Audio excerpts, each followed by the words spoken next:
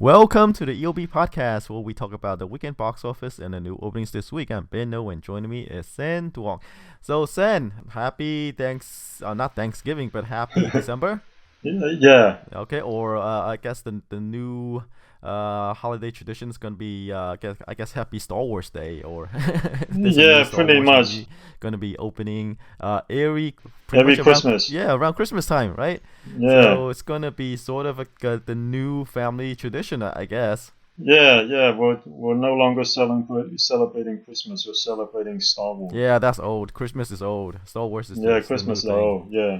And of course, Star Wars is important because hey, Star Wars, the Last Jedi opened last weekend, Yeah, and well, let's see how the thing is like how big of an opening will it get? I mean that was our question in the last podcast, and we found out today. yeah. Although it pretty much did according to what the industry expected and what tracking was indicating. Okay, then how about you bring us in and let's talk more afterwards. Sure. And number one, not surprisingly, Star Wars: The Last Jedi. It pulled in 220 million over the weekend. The per screen average is 52,000, which is a number that you usually only see for these very limited releases. So this is pretty incredible for a wide release to get that kind of number. And it's also incredible for it to get 220 million in 3 days too. Yeah. It's also more incredible that the other movies were able to have make money. Yeah, it's true. And this is the second biggest opening of all time, behind only Star Wars: The New Awakening. The, Or the Force Awakens. The Force yeah, The Awakens. Force Yeah. Awakens. Uh, the New Awakening might be a horror version of it. Or who knows? With so many Star Wars films come out, it could be the next title of some other movie. It could Oh, be. it could be the new reboot. Yeah. Yeah, Star Wars: The Last Jedi. Reviews were great. Was it 93% on Rotten Tomatoes? Surprisingly, I think people compare the. I'm not sure which version they compare this to. Some said it's better than the previous film. Yeah, it's probably it was probably Empire Strikes Back. I mean because it's widely regarded as the best Star Wars movie of the original trilogy anyway, and they say that the Last Jedi is kind of similar to that. I read some that this is kind of like more like a New Hope on some reviews, so I'm not quite sure. But in comparison terms, they say it's better than The Force Awakens. Compared to Empire Strikes Back, they consider it the second best, of the series. And the cinema score is A. But the interesting thing is on Rotten Tomatoes, something weird happened. The audience grade is only 56%, which is where we are. Usually, audience grades are super high and super lenient, and this is with 107,000 ratings. That's a lot. Yeah. I heard that some fans, hardcore Star Wars fans, weren't happy with it. They didn't like that it was so jokey and more like the new Thor with so much humor than Right. your usual Star Wars movie. And apparently they broke a lot of things down and with this film, that kind of like Thor, where they took out a lot of things that people were familiar with to expand the universe, and some of the hardcore fans weren't too happy with that. I'm not sure if it's that or someone created a bot that went into Rotten Tomatoes, like all those Russian bots we heard about. That Oh, sure.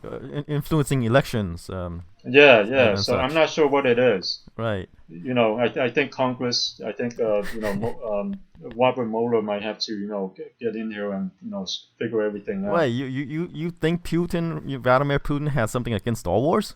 Come on.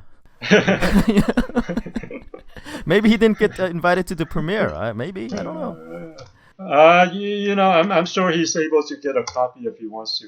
I mean, he's got the his cyber hackers or Oh, right. He probably security seen it team working for. way ahead of everybody else. Yeah. Yeah. And maybe he didn't like it. And could be it. And he wants to, let his opinions be known. All right. Okay. All right. So, another thing is that we didn't get I guess the the Paul Walker bump. We talk about the movie, then get the Paul Walker bump. Meaning that since a beloved figure actor of the movie passed away, and you should expect more people to turn out for, I guess, that person's last movie, final movie. Yeah. And we didn't see that. We didn't see that here. Yeah. Carrie Fisher. Yeah, it's hard to say because it's not like a Fast and the Furious where they already had six films before. Sure, Star Wars had already 6 films, but the previous one, was the biggest opening of all time, by far the biggest opening of all time. I think that's what's working against it. It's like, how much higher can you go, right? There's only so many screens. Well, I know that's why I give it a little bit more in my opening, for my opening projections, because I thought, like if 220 is what people are expecting, right? Maybe Fisher's death could give it a little bit more. Yeah, so we didn't get the final film for a celebrity bump. Right. So it could be that, talking about Fisher here, is that could be her star has greatly diminished. I mean, even though she was a central figure in the previous 3 movies, the original 3 movies, just that over the years, maybe she's just not that huge to the the audience anymore. Since there's like a new generation of people who who are fans, and that they're not that attached to her character. But, the thing with Paul, plus she's kind of lived a full life. She didn't pass away when she was in her 30s. Right. So she's kind of like almost natural causes.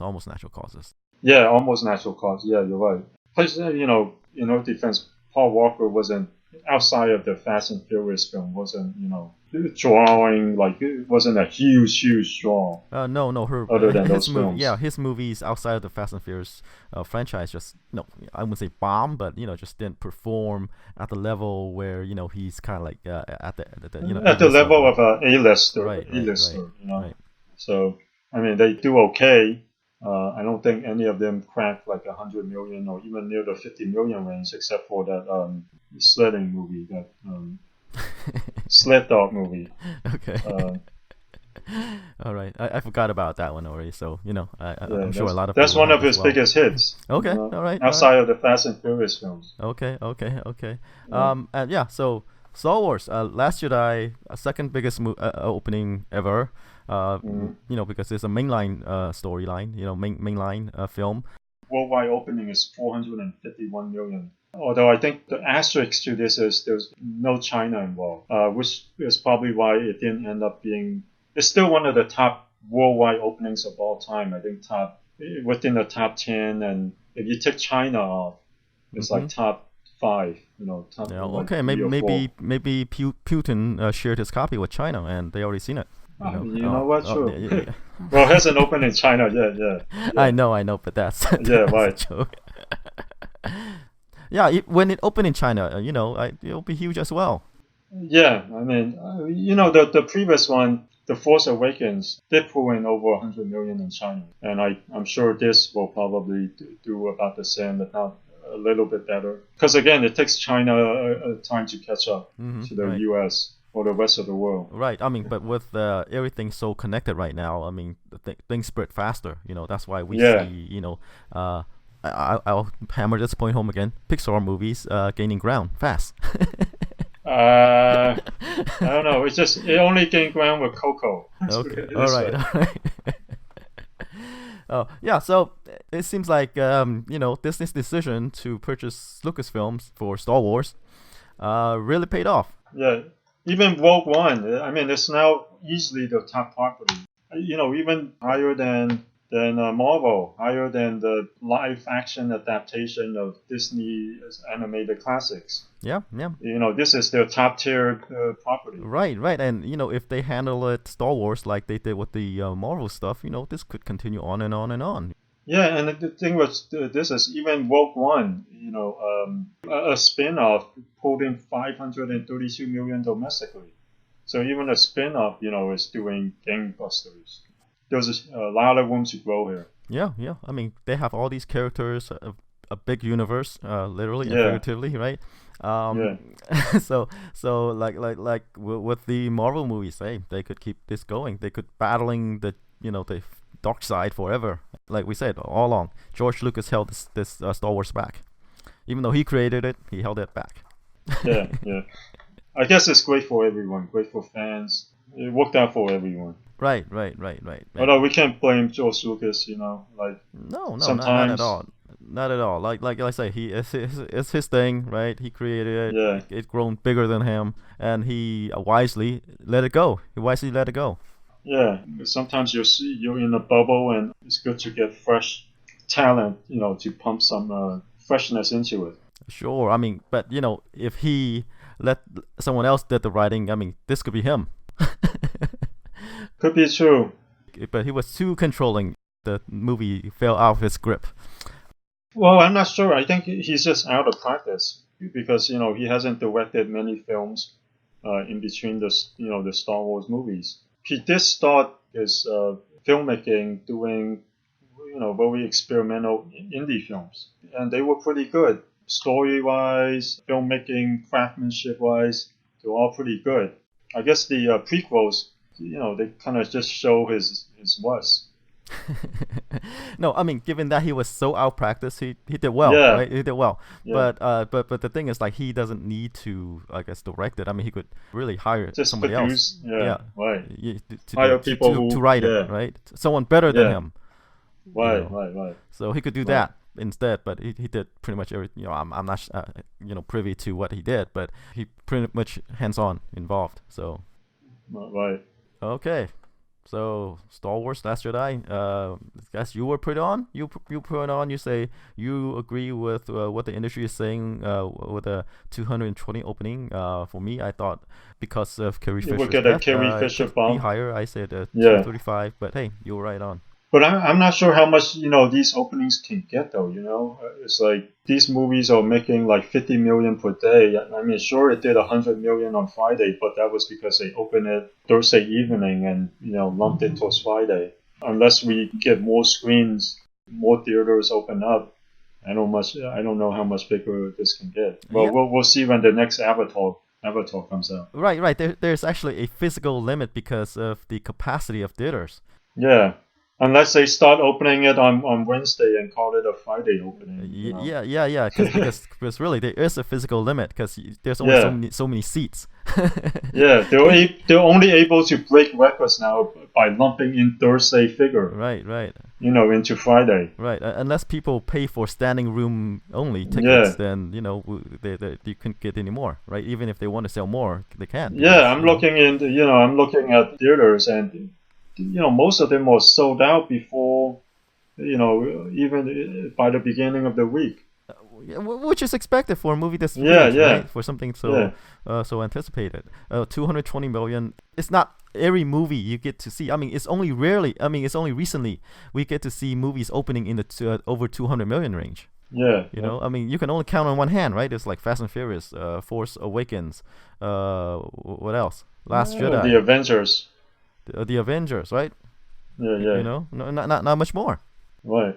All right. Should we jump to the other new opening? All right. Last week? Okay. Yeah. So speaking of the new opening, number 2, Ferdinand is the Fox animation movie, based on a book about a bull, who's a gentle giant, but he just couldn't fit in with the people.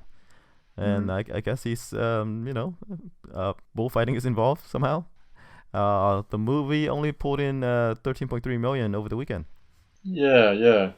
And I think the story is somehow he was a pet. His owner is a girl, and somehow he got lost and he got in some trouble, and the police got involved and arrested him, or I wouldn't say arrest, just took him and put him into exile, and then he eventually ended up somewhere in, I guess, Spain or in Europe where bullfighting's involved. And then he tried to escape with all of his other animal friends to get back to his owner. And hopefully hilarity ensues. Okay, so 13.3 million. You can say it's a good opening, but given that it's opening opposite Star Wars, it's a pretty good opening. The reviews were solid. 73% on Rotten Tomatoes. But the budget is kind of high though, 111 million. So hopefully Ferdinand will have legs, and it's shown that last Christmas when World One opened, the counter programming for that was one of the Chipmunks movies, Mm-hmm. and that opened at like 14 million and eventually end up doing almost 100 million. Mm-hmm. Mm-hmm. Mm-hmm. So this could follow that trajectory. If it gets you 100 million, it's not bad. Because Fox are able to promote their films pretty well overseas. Their films, like the Ice Age films, tend to do really well overseas. So if we can get close to 100 million here, I think they can make a pretty good profit overseas. Yeah, yeah, and we're also in the winter season, and movies that are open around Christmas time, usually, with the exception, we're not talking about Star Wars here. We're talking about movies like Ferdinand that are well reviewed. They don't open huge, but they can just linger in theaters because the January and February months are like a wasteland. Studios usually release junk in theaters. Yeah, well, during December, a lot of kids, kids are out. Everyone's on vacation. So a family film like this could make a lot of money during the holiday break. Yeah, that too. That's also why too. Yeah. And because there's for lack of better choices, that's why they're able to just stay in theaters and build up their box office chest there, right? Yeah. We both agree that it probably would open to about 20 to 25 million, and we were kind of off there. Yeah, I mean, we overestimated Fox because of their Ice Age films, but even their Ice Age films were decreasing in popularity domestically. Yeah, and we also said that Ferdinand is I don't think it's kind of that well known. Yeah, right. The target audience, so maybe that's why it's there. It's kind of like some of the other movies that are targeted toward the young ones, based on these books. But like the movie version, yeah, I guess it didn't turn out that well either, and Ferdinand could face the same fate. Yeah, and the other thing is Coco is still doing pretty well. Yeah. Speaking of Coco. Yeah, at number 3, Coco pulled in 10 million over the weekend. Even with direct competition from Ferdinand, it ended up dropping only about 46%. And it has grossed 151 million so far, and looks like, because of the winter break, it'll probably get to, 200 or maybe a little over that, which is pretty solid for this. Mm-hmm. Worldwide, it's at 451 million. All right. And let's move on to number 4, Wonder, a movie that's still inspire wonder, I guess, in all of us. Yeah. It's pulled in 5.4 million over the weekend. A feel-good movie based on a book starring Julia Roberts, Owen Wilson. You think that it opened really well, I guess, beyond our expectation. But the thing is, like, it didn't drop huge, even though if it has its fans, you think that it would like stay a week or two. To 1 or 2 weekends, in the top 5 or whatever, and then just drop hugely from there. But no, it's still going on. It's still number 4. Yeah, right. It's consistent. The drop off is only about 30% every weekend. Yeah, so it's still hanging in there. Yeah. So something about this movie, despite its generic title, of bringing people in. Yeah. So far, it has grossed 109 million domestically. Worldwide is at 154 million. Yeah, and I don't think the budget for this movie is high as well. I mean, 35 million, maybe? Yeah, maybe. Yeah. All right. Speaking of high budget movies, or speaking of budget, next film in our list at number 5 is Justice League. Definitely a very high budget movie. Cost probably over 200 million. Yep, definitely. Yeah. I put in 4 million over the weekend. It continues its steep drop. The drop off is 57%. It grows 219 million so far. The worldwide figure is at 634 million, and it's slowing down everywhere. I think it only made like 5 million overseas. Mm-hmm. So this film is on its last legs. It's not going to get anywhere near 700 million. I think the reported budget was like 250 million or somewhere in that range. Things aren't looking that good.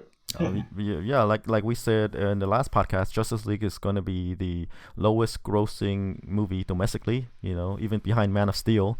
And worldwide, it might, I don't know, it could catch up to Man of Steel, right? Yeah, But Man of Steel is what, 668 worldwide. 668. Oh yeah. It might or it might not. It's kind of Yeah. this So last because week. like we say, it's slowing down. I mean, Yeah, who knows, right? Because Star Wars is opening as well. It's yeah. it's gonna be affected. Mm. So like we say, it could end up being the lowest Yeah, grossing DC movie, of the recent ones, right? Of the new yeah, DC right. cinematic universe, and it's very concerning because hey, this is their Avengers, this is their Yeah, whole movie where every, the all-star cast is here, yeah, but right. This is it the ended up being film. yeah, it ended up being Yeah, the this is the lowest film grossing that's one. supposed to pack them and then spread all that buzz out into the individual films. But looks like it's not it. Wonder Woman might be the film that they'll have to to spread it out from there. Right, and unless Aquaman can bring them back in. Yeah, yeah, we'll see. Yeah, right. I mean, like I say, don't discount James Wan. He could do it, maybe. But hey, he's going uphill, swimming uphill, right? Yeah, right. Well, walking uphill. Well, since it's Aquaman, yeah, he's swimming uphill. Right. Okay. Number 6, Daddy's Home 2. Pulled in about 3.8 million over the weekend. The domestic gross is 96 million, so it's gonna cross 100 million at some point. Budget is about 70 million, and worldwide right now it's at 157 million. So hey, it's doing okay. Yeah, doing solid. Not as well as the first film, but Right. We not didn't not expect bad. it to do better than the first film, and Yeah, for right. them to eke out a sequel is pretty impressive enough, and for it to do solid, it's pretty good. Yeah, right. And you say they're gonna make a Daddy's Home 3. Yeah, it's definitely making enough money for them to do a third one. Right. And of course, they could pull in Mel Gibson again, right? His comeback tour is going well. Him doing Mel these Gibson. comedy roles to soften him up again for the audience. So there you go. Right. All right. Speaking of third films, number 7, Thor Ragnarok. Third film in the Thor franchise, put in about 3 million over the weekend. Total domestic gross is 306 so far, and let me see the worldwide. Worldwide is at 842 million. No, this is the kind of figure that Justice League was supposed to reach, but it's not Right. even close. Right. It's only Thor and Hulk, right? The other one has Yeah, Batman, Wonder Woman, Aquaman, Cyborg, Flash, yeah, yeah. Superman, right? Right. And look, Thor is the, I guess, like the number 10 movie right now Mm, in the Marvel Cinematic Universe. mm. He's up there with Iron Man right Iron now, Man. Yeah, Spider Man. and Guardians of the Galaxy. Yeah. So Thor, Ragnarok is kind of up there, and Yep. it's impressive that they're able to. Marvel's able to on their films, with the exception of the second Avengers, outdo their previous films. If you look at even the Captain America franchise, Thor franchise, Iron Man franchise, each of them tend to do better than the previous films. All right. That's great. Like we said, if Disney is able to do what they did, for Star Wars as they did to the Marvel movies, then hey, I guess it bodes well. Yeah, now they have Fox too. Oh So yeah, now they have Fox. X Yeah, Men. we forgot about that. And Yeah. let's talk a little bit about that, right? Fox. They bought Fox, and with that it comes all these like Fantastic Four. X Men, yeah, X X Men, Men, Fantastic Fantastic Four. Four, So they're getting Deadpool, it back together, the team back yeah, together. So there's more involved as well, right? And yeah. So we might see Hugh Jackman back again because he was saying like, hey, Logan would be his last Wolverine movie unless they can work a way for Logan to be part of the MCU universe. And hey, now it is part of it. all right, Disney listen to Hugh Jackman, and they bought Fox because of him, right? Yeah, right. Right, and we will see more crossover. So that means more story potential. Yep. Okay, let's move along to number 8, the Disaster Artist. Pulled in about 2.6 million over the weekend. Mm. Domestic gross is about 12 million. So this is kind of like a docu-comedy starring James Franco about this guy who wants to make a movie and did. But it ended up being that movie, The Room, ended up being so bad that it's great. And ended up getting a cult following. This movie is based on a memoir by you say the one of that guy's Tommy's best friend, who was also in the movie. Right. I'm surprised the drop off is so huge because the reviews are great. The word of mouth seems to be great. I saw it. I wasn't expecting it to be that funny and that good.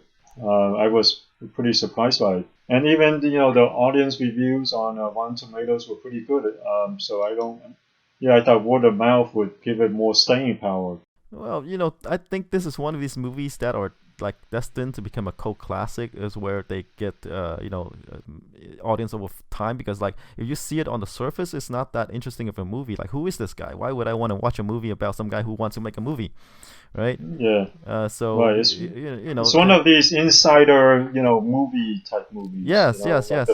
And like why would you want to watch a movie about some guy, who wants to make a movie and did, right? And it's so bad that it got a cult following.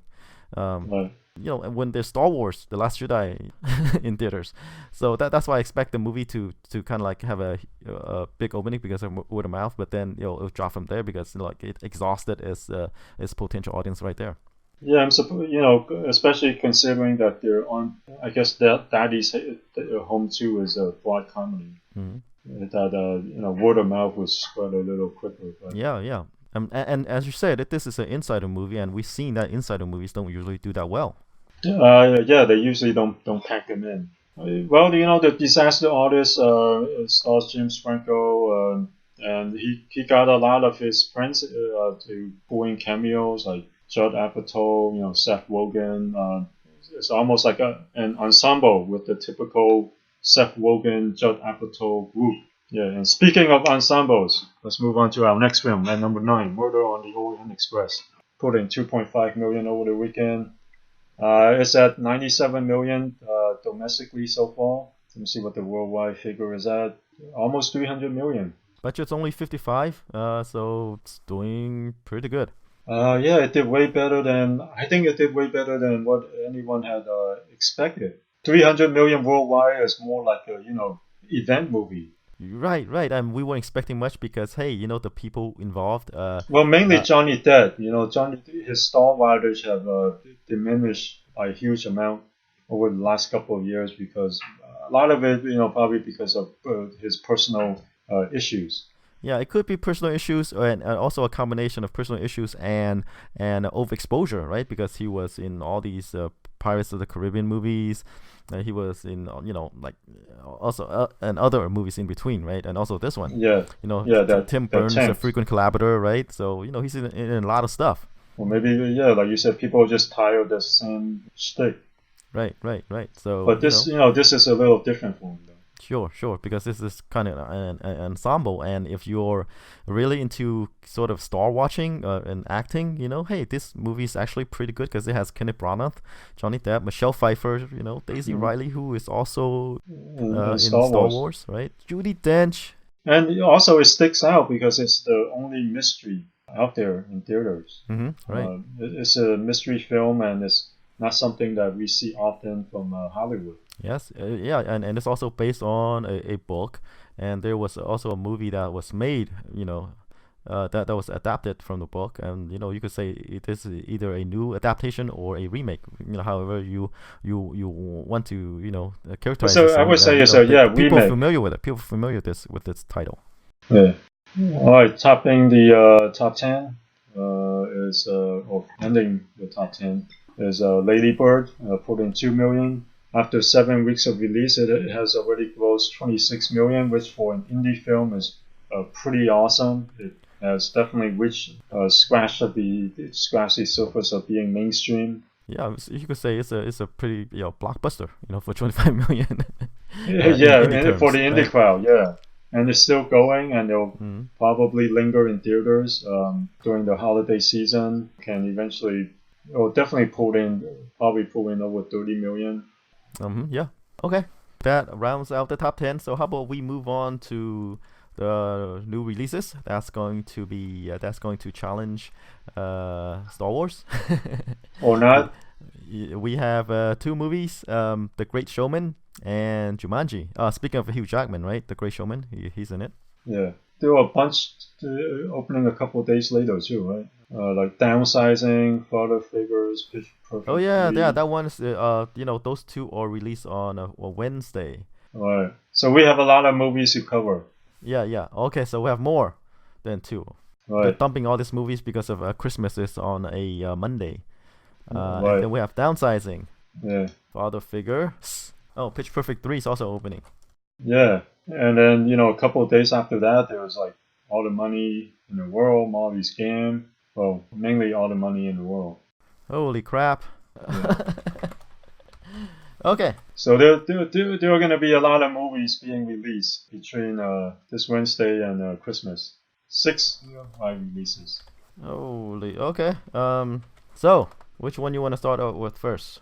Let's go down the list. All right. The Greatest Showman. Okay, The Greatest Showman is about the guy who created the circus, the Ringley Barnum Circus, right? Yeah. Okay, so Hugh Jackman stars the guy. He is a salesman, I believe, who lost his job and then somehow had this idea to assemble all these freaks and put on a show. Right. All right, what number are you going to put this? It's one of those, singing, dancing, type of movies that Hugh Jackman is great at doing. Oh, one thing about Hugh Jackman people might not know of is he got his start in theater. Before he was a movie star, he was Wolverine. He was in the theater singing and dancing, doing all these plays. But I don't know how, mainstream, I mean, they closed the Last Circus, right? Just last year or the year before that. I'm not sure if they closed the circus or they shut down the elephant display. I think they ended up shutting down the whole thing. Oh, really? Okay. Yeah. So which means like people might not know that much about I guess the new generation. Yeah, I'm not sure how mainstream this movie can be. What kind of appeal this will have. Right. And again, it's opening in a time when Star Wars is in theaters, which is gonna be sucking up a lot of the money at the box office. And it's opening on a Wednesday, so we have to do the 3-day and 5-day figures, right? Yeah, that's kind of weird. What kind of number are you putting it at? I was thinking maybe about 10 million 3 days, 15 million 5 days. Yeah, I'm kind of with you there. Yeah, I'm not seeing great opening figures for this. Not because, like we said, the circus, even though it has Hugh Jackman in it, and it's not blockbuster material, I don't think. I mean, even though it has hints of like his similar to his other movie, The Prestige, right? About him battling a fellow magician played by Christian Bale. It kind of has that, but this one is more uplifting. Right. Kind of period piece. But then, there's also let me see, what movie was he in previously that had a lot of. He was part of an ensemble, Les Mis. Well, yeah, but that's different. Les Mis is a long running Broadway show or something like that, and this is kind of this is more of an original property. Yeah. So 10, I'm kind of with you. Okay, let's move on to Jumanji. Right. This is a remake of a adaptation of a book, Jumanji, many years ago with Robin Williams. That was a pretty huge hit back then. And now they kind of mixed it in a little bit of, with Avatar, with these people playing a video game and then being sucked into the video game world. Right. The original was a board game. Yeah. So they turned a board game into a video game. Right. And this one has The Rock, Dwayne Johnson, as the lead. Right. And the original had a 11 million opening and went on to make 100 million domestically, and 262 million worldwide, and that was back in 1995. Yeah. So this one has The Rock as Kevin Hart. They were both together in I think CIA, right? That did pretty well. Yeah, comedy, yeah. Yeah, so they and it also has Jack Black, one of the Jonas brothers, Nick Jonas, The female cast aren't that big. Missy Pyle, Karen Gillan. Yeah, so Dwayne The Rock Johnson, Kevin Hart, and Jack Black. We haven't seen Jack Black in a film in a while, right? No. He's just lazing around, enjoying life, I guess. Right. And the trailers, the reviews, so far look pretty good. 84% on Rotten Tomatoes. I think the original reaction to the trailer was pretty bad. Well, I didn't like it. A lot of people didn't like it.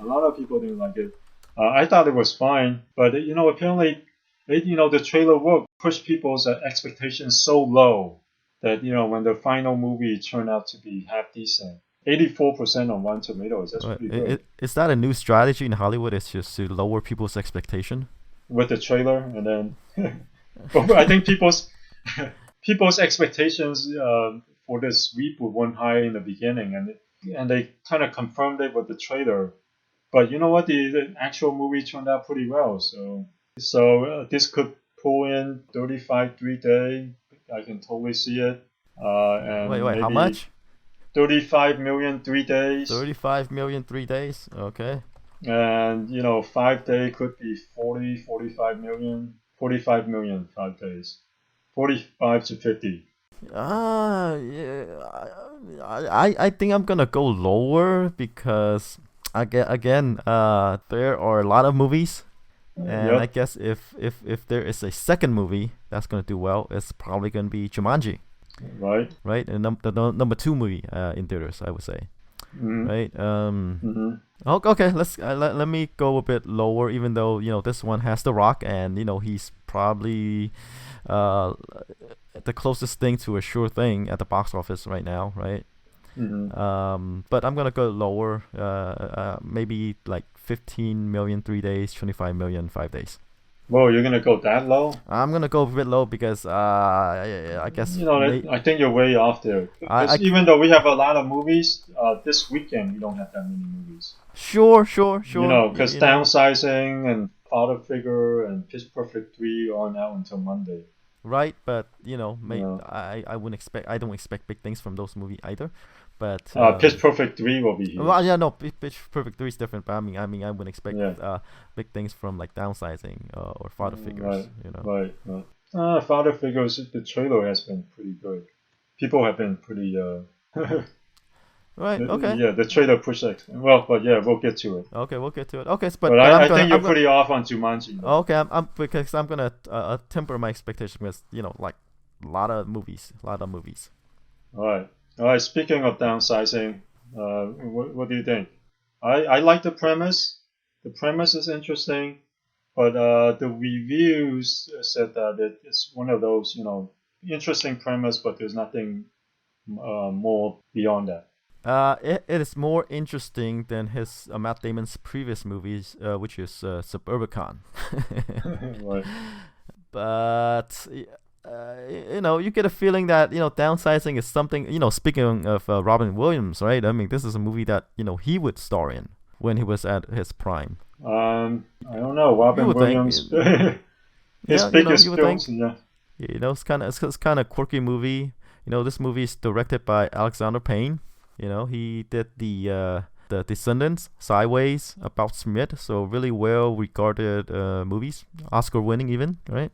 Mm-hmm. But with the exception of like the Descendants and Sideways and About Schmidt, movies like Election, Citizens Ruth, Nebraska, did okay, but given the movie they are, it's pretty good, right? Yeah.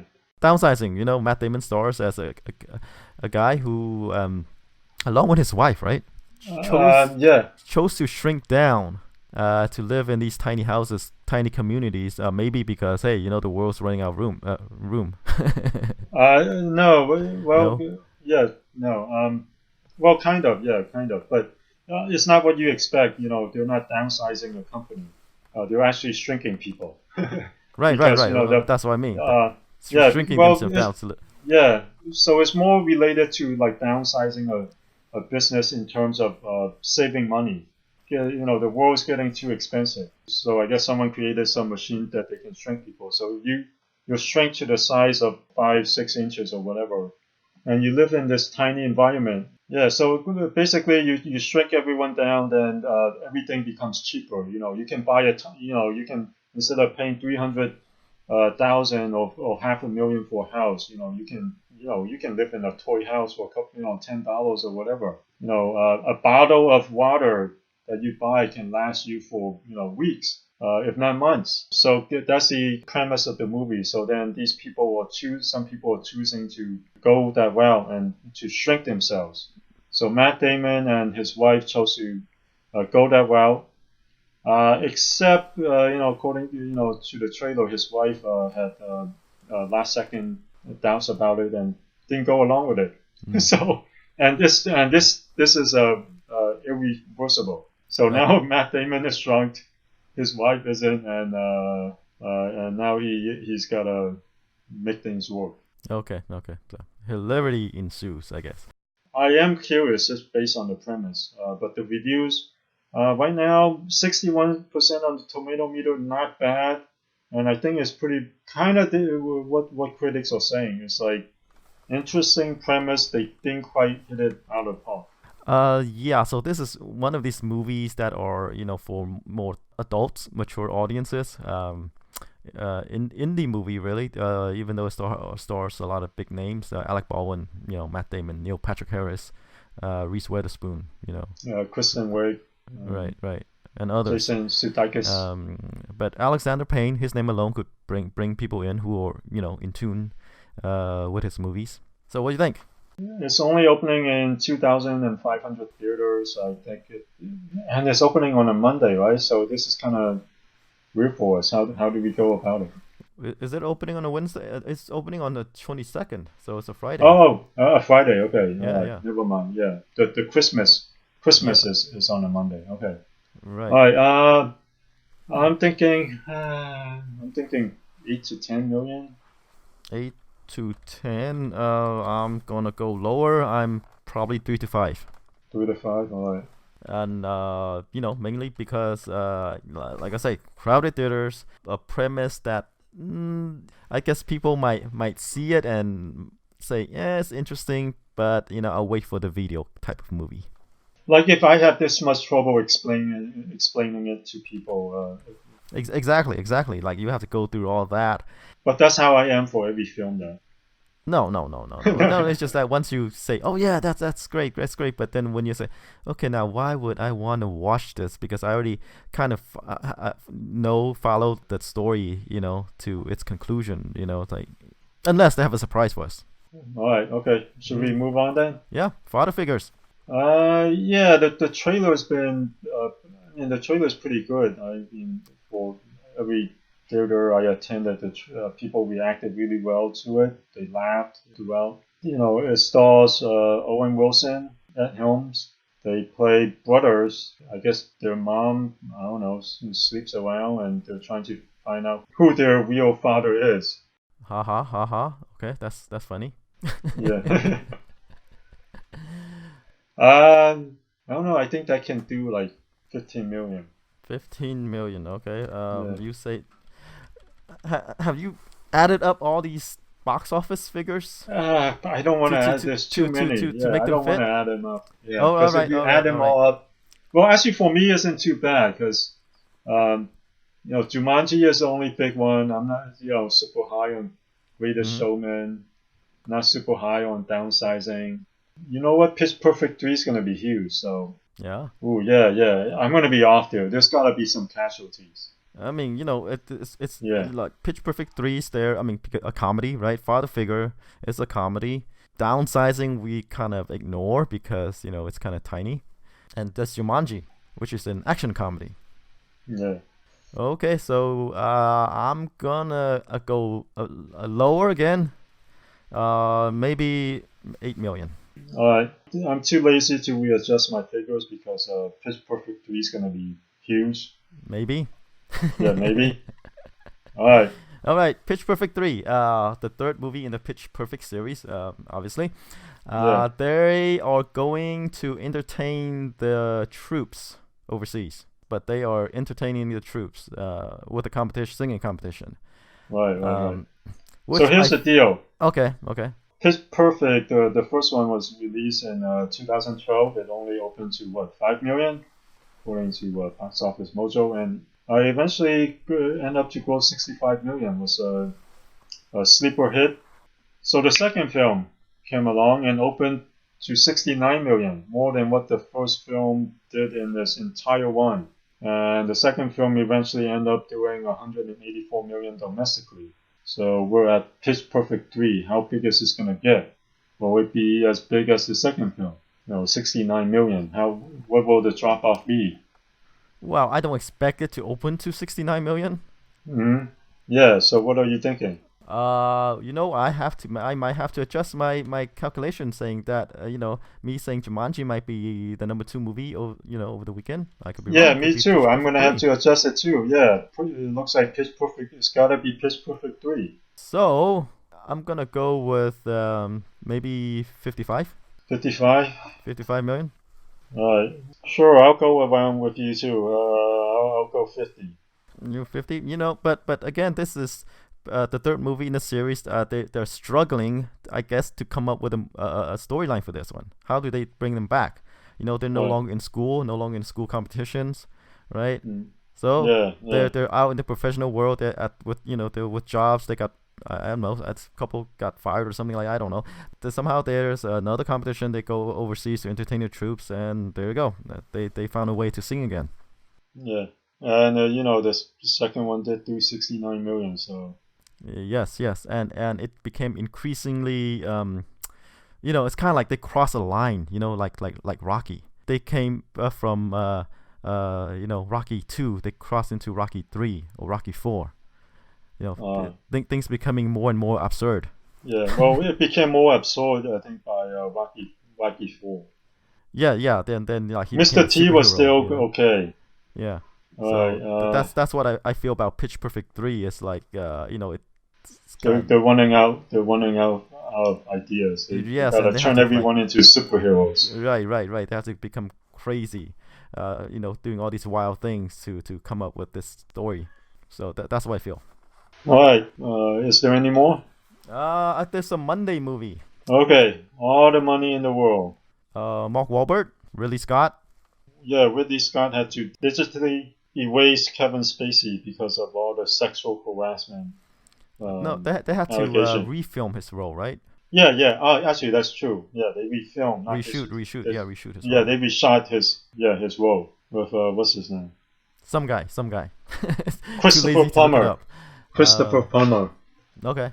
Yeah. Hey, you think like if they could do this, why can't they do the same thing? Well, actually, no.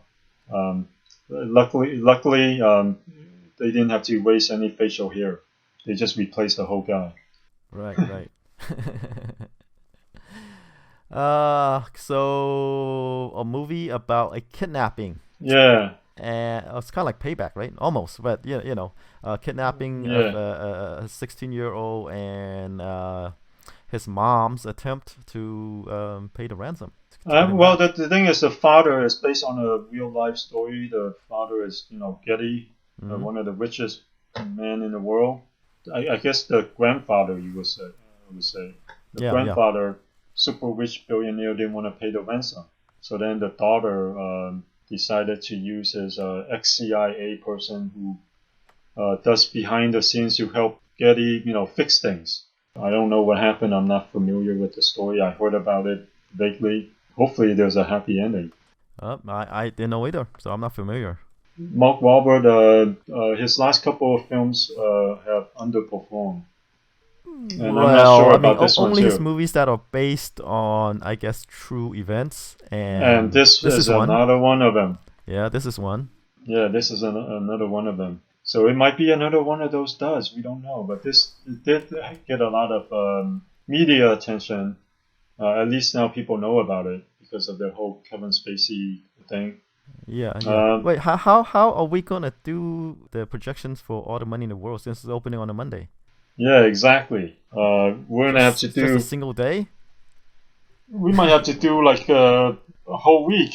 A whole week? Why not just a single day? All right, let's just do a single day. It's not fair though. I'm not sure how big Christmas Day is. I know, because if we do a whole week, then we will have to run into New Year's. Yeah, I know. Yeah. Well, it's out there. We'll just throw out a number. I don't think Christmas Day is that big of a movie day. I don't think so. Yeah. It's kind of weird. Why would it open on December 25? And why not 22nd like the rest? They have done this in the past. Movies always also open on Christmas Day. Okay, sure. All right. Yeah. All I think there were some years when it was on a great, some years where they opened like 7 movies on Christmas. But a little high. But usually, I think Christmas, during those days, it's on maybe one of these either Tuesday or Wednesday or Thursday, not on Monday. Yeah. Okay. This one is directed by Ridley Scott. Sure. Let me see if there are any reviews for it yet. Doesn't look like it. You know what? I'll let you start it off. This is kind of weird. Like I said, I'm just trying to figure out how to talk about this movie because it's on a Monday. Maybe we could do a whole week. Yeah, let's do a whole week. A whole week? Yeah, till what is it? 31st or the 1st? Since the 1st is a holiday. Yeah. Till the 1st. Let's do the 1st, and then I guess that time I think we can reconvene again on the 2nd and talk about it. Yeah. All right. Maybe 5 days, 7 days. That would be 7 days. Yeah. Okay. 7 days. Let's do 7 days. 20 million for 7 days. 20 million for 7 days. You know what? I'm gonna go lower. Let's do about 15 million for 7 days. All right. We're giving it the Ridley Scott slight marginal bump. Yeah, but again, like we said, this is a Mark Wahlberg movie that's based on true events, and his movies that's based on true events don't usually do well. Yeah. But this one is directed by couple. Ridley Scott. Yeah. This one's directed, and this is not an action. Well, I'm not sure. sure. It is kind of an action movie. Kind of, sort of, but not explosions. Kind of like his previous ones, right? Well, the trailer made it look like it's a lot of guns. No, he used to be a former CIA. Oh, okay. So there's a little bit of taking. Right. He's got a particular set of skills that he's gonna take out. Right, I guess that's what they're betting on. With this one. Okay, all right. So that's it for all the movies. I hope. Hope we cover them. As I say, it's very crowded. This weekend, this Christmas holiday involved a lot of gatherings. Still, the biggest movie is still gonna be Star Wars, and I guess we feel that Pitch Perfect 3 is gonna come in number 2, right? With Jumanji following that after that, and all the rest. Yeah. All right. So I guess we'll come back after Christmas, on maybe the 26th. Yeah, and see how all of those films did. Right. All those films. Yeah, so have a great Christmas. We'll see you guys afterwards. All right. Have a safe one.